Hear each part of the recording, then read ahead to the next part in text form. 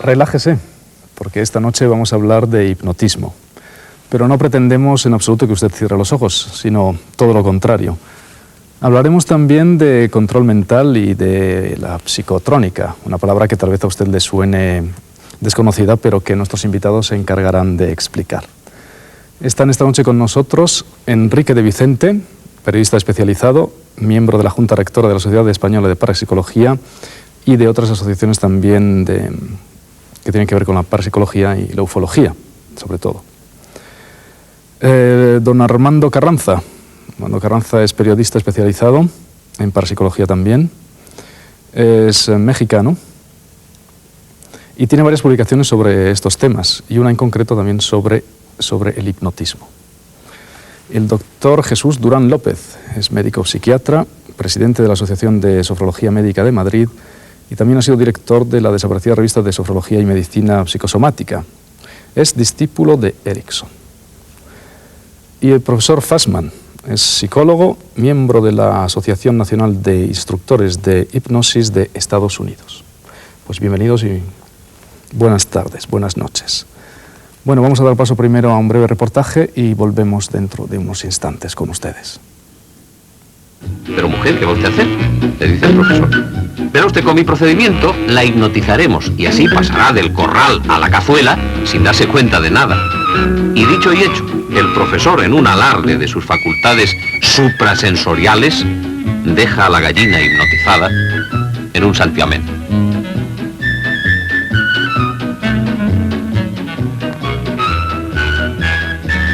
La hipnosis es la supresión del estado de consciencia por medio de la sugestión. En palabras más sencillas, dormir despiertos dejando nuestra voluntad en manos de un extraño, el hipnotizador. ¿Quién no ha presenciado alguna vez este fenómeno sobre el escenario de un teatro o en un espectáculo de ilusionismo televisivo? Pero la hipnosis no es únicamente un juego de magos y prestidigitadores. Se utiliza también con fines médicos en el tratamiento de enfermedades como el asma, la diabetes o la epilepsia y como técnica terapéutica psiquiátrica.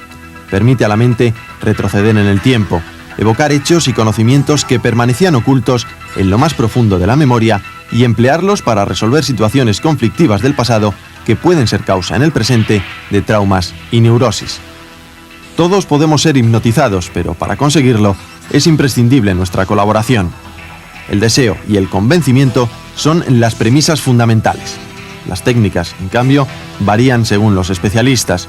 Pueden utilizarse sonidos monótonos y repetitivos, luces intermitentes, presiones con los pulgares en la frente o las muñecas y, cómo no, el ya histórico péndulo. Algunos de ustedes se preguntarán si entrar en estado hipnótico conlleva algún peligro. La opinión unánime de los entendidos es que no. Claro está, siempre que no se caiga en las manos de un aficionado. Cuando la persuasión más elocuente fracasa, por ejemplo, a la hora de la multa, el mago recurre al hipnotismo. El guardia queda fuera de combate, pero fiel cumplidor de su deber, aún tiene tiempo de protestar. Bien, pues vamos a empezar desde el principio. Doctor Durán López, ¿cómo se puede definir la hipnosis, el estado hipnótico? El nombre de hipnosis lo dio Bright a estos fenómenos, que era un cirujano inglés en el siglo XVIII, cuando empezó a trabajar con ellos, y deriva de hipnos, el dios del sueño. Realmente no es un estado de dormir. En el electroencefalograma, el de la máxima atención, que es el segundo, se corresponde con el estado hipnótico. El estado hipnótico es un estado especial de conciencia. Hay muchos estados especiales de conciencia que son iguales que el estado hipnótico, como puede ser pues la danza del peyote, como puede ser la macumba, puede ser el vudú. Todos los estados de relajación exactamente es esto, es un estado especial de conciencia. Y vamos a ver, hay varias técnicas para hipnotizar. Profesor Fassmann, usted Bueno, hay varias técnicas, pero yo pienso personalmente, por experiencia propia, que la hipnosis es un fenómeno neurofisiológico. La manipulación a través de los estímulos que proyecta el hipnotista logra una excitación cortical y después de la excitación viene la inhibición. A mayor grado de excitación, mayor grado de inhibición. Es un fenómeno reflejo, a mi entender. ¿Y es posible hipnotizar a cualquier persona? No.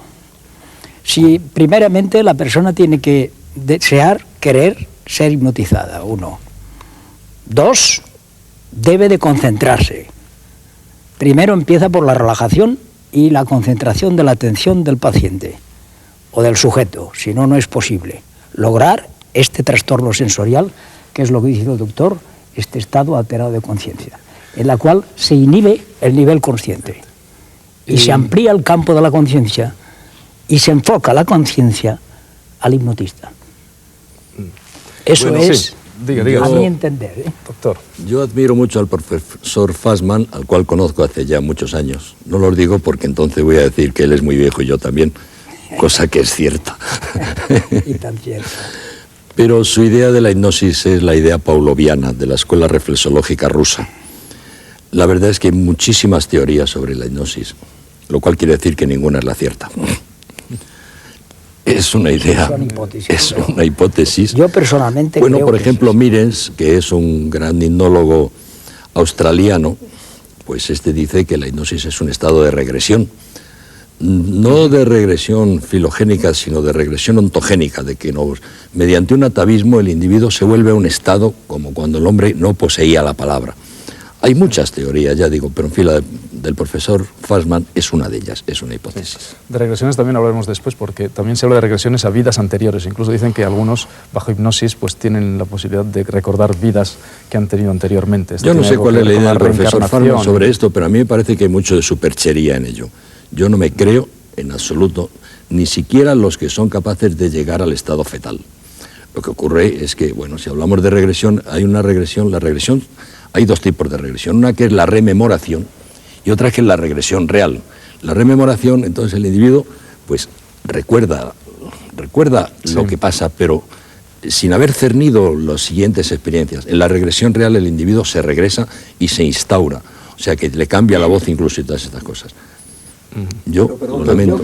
Yo estoy de acuerdo. Me van a comer entre estos dos. Durán. Y precisamente hubo un congreso que asistió en São Paulo hace muchos años ya, que se trató este tema en este congreso, precisamente. Si era posible regresar el individuo a edades anteriores, a vidas anteriores. No es posible. El individuo bajo este estado se logra, el hipnotista logra una estimulación del campo de la memoria. Sí. Aumenta, que se llama... No es posible. Bueno, pero perdón, vamos a dar la palabra a don Armando Carranza, que quería hablar. No puede recordar más que lo que tiene previamente codificado. Volveremos sobre este tema porque creo que Enrique de Vicente querrá hablar de esto. Primero vamos a dar la palabra a don Armando Carranza. Mire, quisiera solamente hacer una observación. Estoy de acuerdo con todo lo que ha dicho el señor Fassmann, pero creo que sí es posible, y de hecho lo es, hipnotizar a personas que no han dado su anuencia para hacerlo. Es decir, hay casos famosísimos, por ejemplo Rasputín o Cagliostro, es decir, gente con la suficiente energía, el suficiente vigor, y de hecho, pues sí es requerido un determinado nivel mental para ser capaz de una concentración. Pero también es cierto que hasta los animales pueden ser hipnotizados. De lo que a mí me consta, de lo que yo he visto en mi relación especialmente con los indios, que tienen los niveles de magia y toda la parapsicología en su estado más puro. Puedo referirme al caso de los indios Guaves en el istmo de Tehuantepec, en México, que envían muy lejos a una isla a sus animales, reses, cerdos, borregos, gallinas, para que vayan a comer a una isla y regresen a determinada hora después de haberlo hecho. Con lo cual no solo se ahorran la alimentación, sino que pasan un día de lo más tranquilos, sin animales. Solo vuelven los animales a dormir. Ellos lo consiguen por medios que son estrictamente hipnóticos. Son reflejos condicionados. Yo pienso simplemente... No tiene nada que ver con la hipnosis. En este caso, la forma de practicarlo... Cuando yo tenía ya... La forma de producirlo trazar, por ejemplo, con una gallina, Sí, hombre, ponerle veneno acá, Bueno, antiquísimo. Bueno. Pero el profesor Fassmann, yo desde luego de la gente que he conocido, creo que el poder del profesor Fassmann tiene un renombre mundial y me gustaría saber si él considera posible eso. No, A mí me molesta mucho el que se animal, hable de poder. el animal no puede ser hipnotizado, Es porque la materializado. verbalización no lo admite, porque no está codificado. Para el animal, un sonido, una palabra, no tiene respuesta. Ahora bien, el estado de yo fascinación. hipnotizo animales y lo puedo hacer y lo he hecho miles de veces, conejos, gallinas y cantidad de animales, mediante un estímulo táctil en diferentes zonas reflejas al Pero cerebro. eso es un estado, y se le queda un estado de inmovilidad. exacto. Pero usted no puede Cataléptico, decirle al animal, relájate. Cuando nos cita José Bálsamo, a Cagliostro, conde de Cagliostro, era un embaucador, no era un hipnotizador. Entonces los embaucadores no se parecen en nada a los hipnólogos. Y en el caso de Rasputín lo que hacía era hipnotizar preferentemente al zarevich porque tenía una hemofilia. Entonces el zarevich deseaba ser hipnotizado, aunque no lo manifestara, porque quería tratarse su hemofilia. Actualmente tenemos métodos para curar la hemofilia, pero entonces no había ninguno. Entonces, si usted tiene una necesidad, o cualquiera tiene una necesidad, y esa necesidad es una necesidad cuanto más necesidad, por ejemplo, y yo pongo siempre el ejemplo del cólico nefrítico, entonces usted se hipnotizará en varios segundos porque usted necesita aquella técnica. Ahora, si usted no tiene esa necesidad, no se hipnotizará. No le estaremos...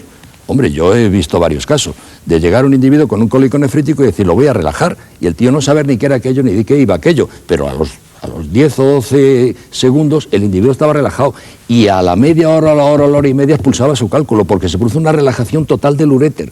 Porque hay un fenómeno, el fenómeno viscerogénico de Mackenzie, que dice que cuando se produce la relajación de los músculos de fibra estriada, se produce la misma relajación de los músculos de fibra lisa de la misma metámera. Entonces aquel individuo no sabía nada de nada y no se oponía ni accedía, nada más que necesitaba ser relajado. Y diablos, claro que se relajaba. Esto es una cosa Enrique, clarísima. que querías decir algo. Sí, no, exclusivamente que el doctor Durán comentaba, creo que con razón, que él se negaba a hablar de poderes en estos términos, pero era precisamente en alusión a lo que decía el señor Carranza de gente con una capacidad que les permitiría imponer su voluntad a otras personas. Un ejemplo conocido, discutido, que me gustaría saber lo que opina el profesor Fassmann, porque él ha tenido casos similares de esto, y el doctor Durán desde el ángulo científico. El de Wolf Messing.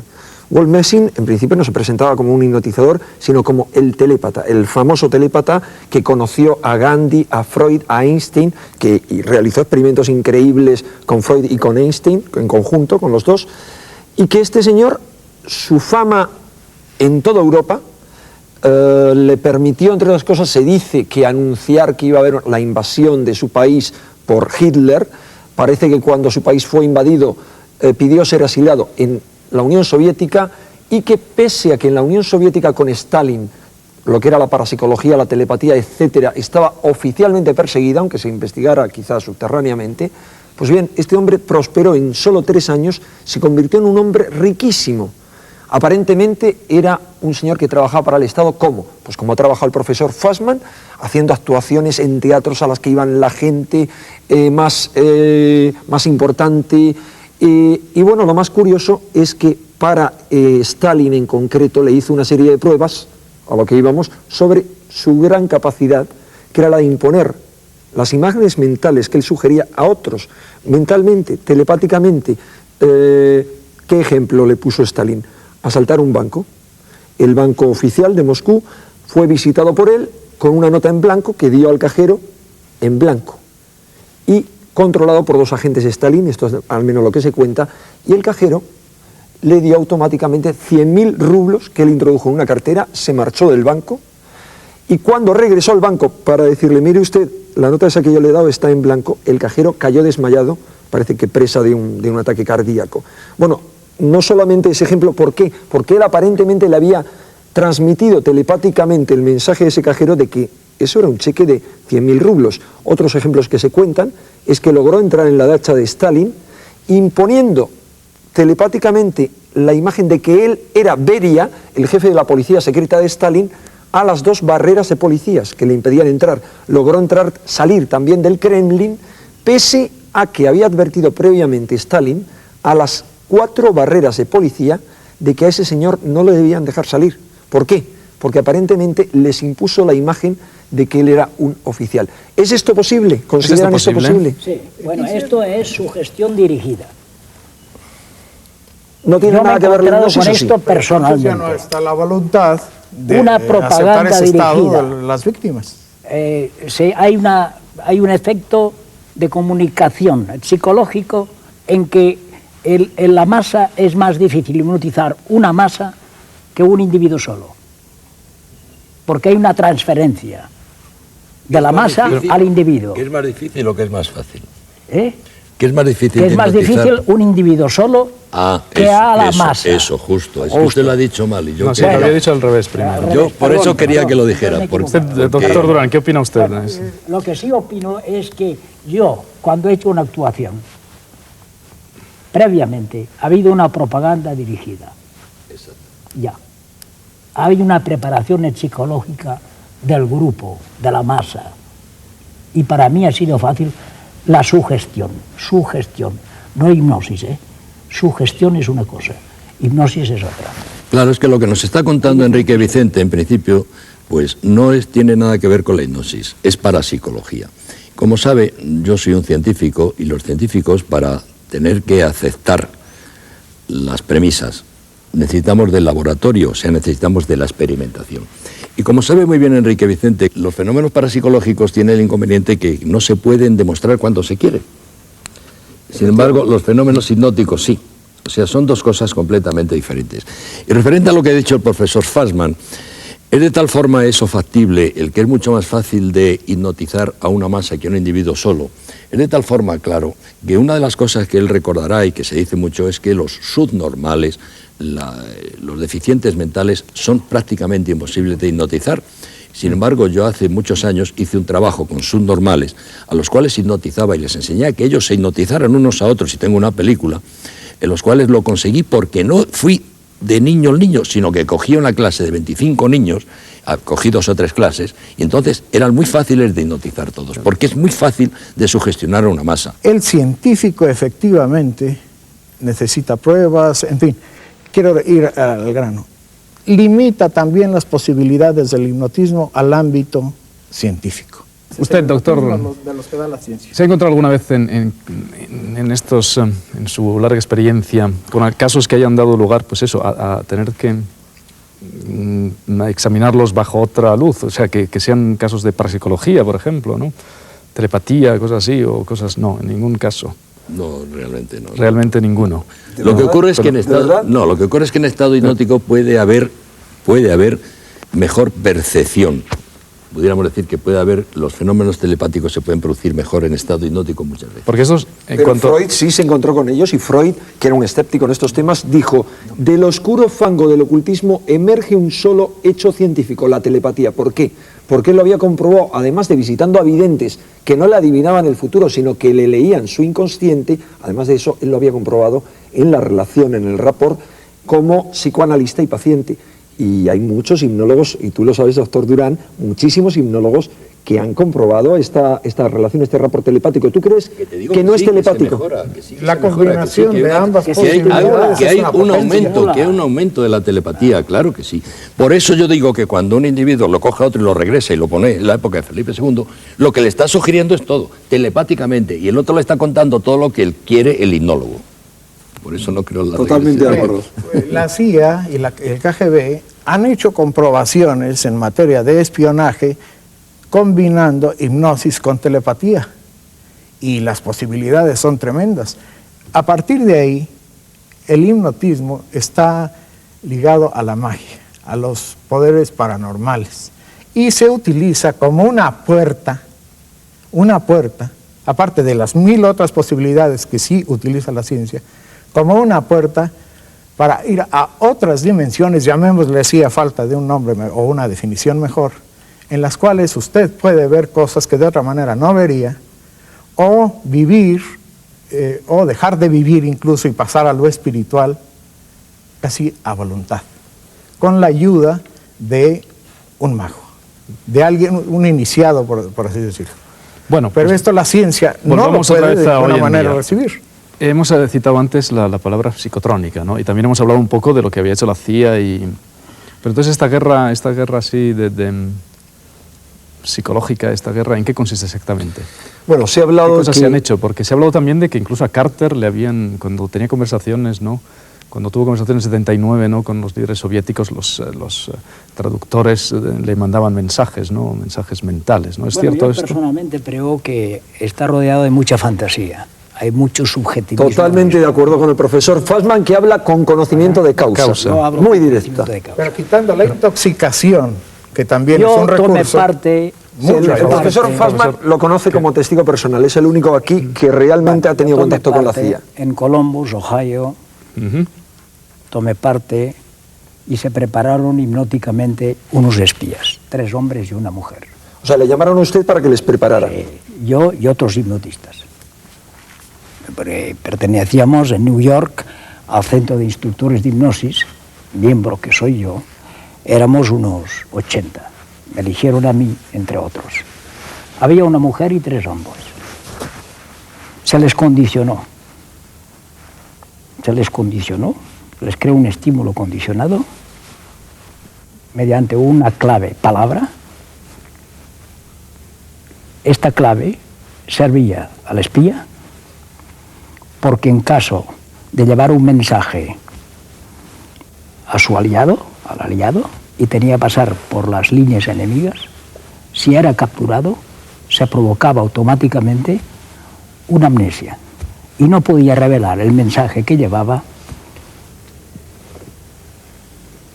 no podía recordarlo si no escuchaba la palabra que solamente la tenía clave el que lo iba a recibir. Es decir, que antiguamente cuando los enemigos agarraban un mensajero que llevaba un mensaje, un espía, lo torturaban. Y por instinto de conservación, en un momento dado, revelaba el mensaje. Ahora ya no puede. Está claro, ese... Se bloquea la memoria totalmente. Eso es lo que se llama un reflejo condicionado, Reflejo como nos ha condicionado, dicho antes, el estímulo, profesor palabra. Fassman. Tenemos ya poquísimo tiempo. ¿Os puedo dar un turno así breve para que cada uno diga unas Esa últimas experiencia palabras? del profesor Fassman formaba parte efectivamente del programa que se ha conocido popularmente como Operación Control Mental de la CIA y de otros servicios de inteligencia y que tuvo varios nombres, Alcachofa, Pájaro Azul, MK Ultra, MK Delta, etcétera, que duró casi 20 años a partir de 1949 y que ¿qué sería lo que ahí estaría ocurriendo? Se destruyó toda la documentación, cosa que no es habitual. Antes de ir a declarar al Senado, el director de esta operación, el doctor Gottlieb, habían destruido 3 años antes toda la documentación. ¿Pero qué se sabe? Se sabe que ahí trabajaban sobre técnicas de control mental de individuos y poblaciones de todo género, mediante implantes electrónicos en el cerebro, mediante hipnosis, mediante LSD y cantidad de técnicas. Yo pienso que eso es un hecho cierto, demostrado, claro, en el que participaron muchísimos científicos, muchísimos laboratorios, prisiones, etcétera, que se llegó a intoxicar ciudades a través de emanaciones tóxicas. Se intoxicó a población civil para ver qué hacían bajo los efectos de LSD. Y para mí, esa es la verdad clara que emerge de toda la llamada guerra paranormal. Creo que para ocultar experimentos de ese tipo que se siguen haciendo y que tienen como propósito no solamente luchar contra el enemigo, sino casi con toda certeza, controlar a la propia población, si es que les interesa, o sea, fines totalmente antidemocráticos, como hacen en la Unión Soviética. Igual lo único en la Unión Soviética estaba claro, antes al menos, antes de la perestroika, que no eran demócratas. En Estados Unidos son aparentemente demócratas. Los programas estos, a lo bestia. Los programas estos continúan. Les quería ceder la palabra, pero por última vez. Yo estuve en otro de telepatía, simplemente en New Jersey, y éramos 14 psíquicos. Había de varios países. Había hindúes, había un mexicano, había un argentino, había dos americanos, y yo era el único español que había. Y allí era para comprobar cuáles eran los factores endógenos, ambientales, que favorecían el fenómeno telepático al percipiente o obstruían el fenómeno. Se hacía de una forma, sistema codificado, y se hicieron experimentos al nivel del mar. Y los resultados fueron pobres, pobrísimos. Subimos a 1000 metros de altura. O sea, comunicarse telepáticamente con alguien en un avión, ¿no? Sí, señor. Y de a 1000 metros de altura, uno entraba a nivel, un estado alterado de conciencia que se provoca uno mismo a través de la relajación, lógicamente, y el fenómeno telepático se producía. Eso es lo que nos falta todavía. Tenemos que terminar la tertulia. Doctor Durán López, que usted no ha hablado del último turno. ¿Algo que quiera añadir sobre esto? Nada, que lo siento que esto sea muy corto porque yo hace muchos años di una conferencia en el Colegio de Médicos de Madrid que se llama Mito y Verdad de la Hipnosis y creo que hay mucho mito sobre ella y mucho desconocimiento de su verdad. Y lo que yo lamento, que mucha gente no conozca la verdad para que se pueda beneficiar de ella. Bueno, no tenemos tiempo para más. La verdad es que yo lamento que no podamos seguir hablando porque habría muchas más cosas que decir. Han habido muchas cosas que no hemos tocado, como las aplicaciones de la hipnosis y todo eso, pero la verdad es que no tenemos más tiempo, lo siento mucho. Pero en fin, algo hemos dicho, ¿no? Algo yo creo que hemos dicho. Por lo tanto, os agradezco mucho que habéis estado aquí con nosotros. Nos despedimos, nos vamos, pero volveremos la semana que viene con más cosas. Muchas gracias por su atención.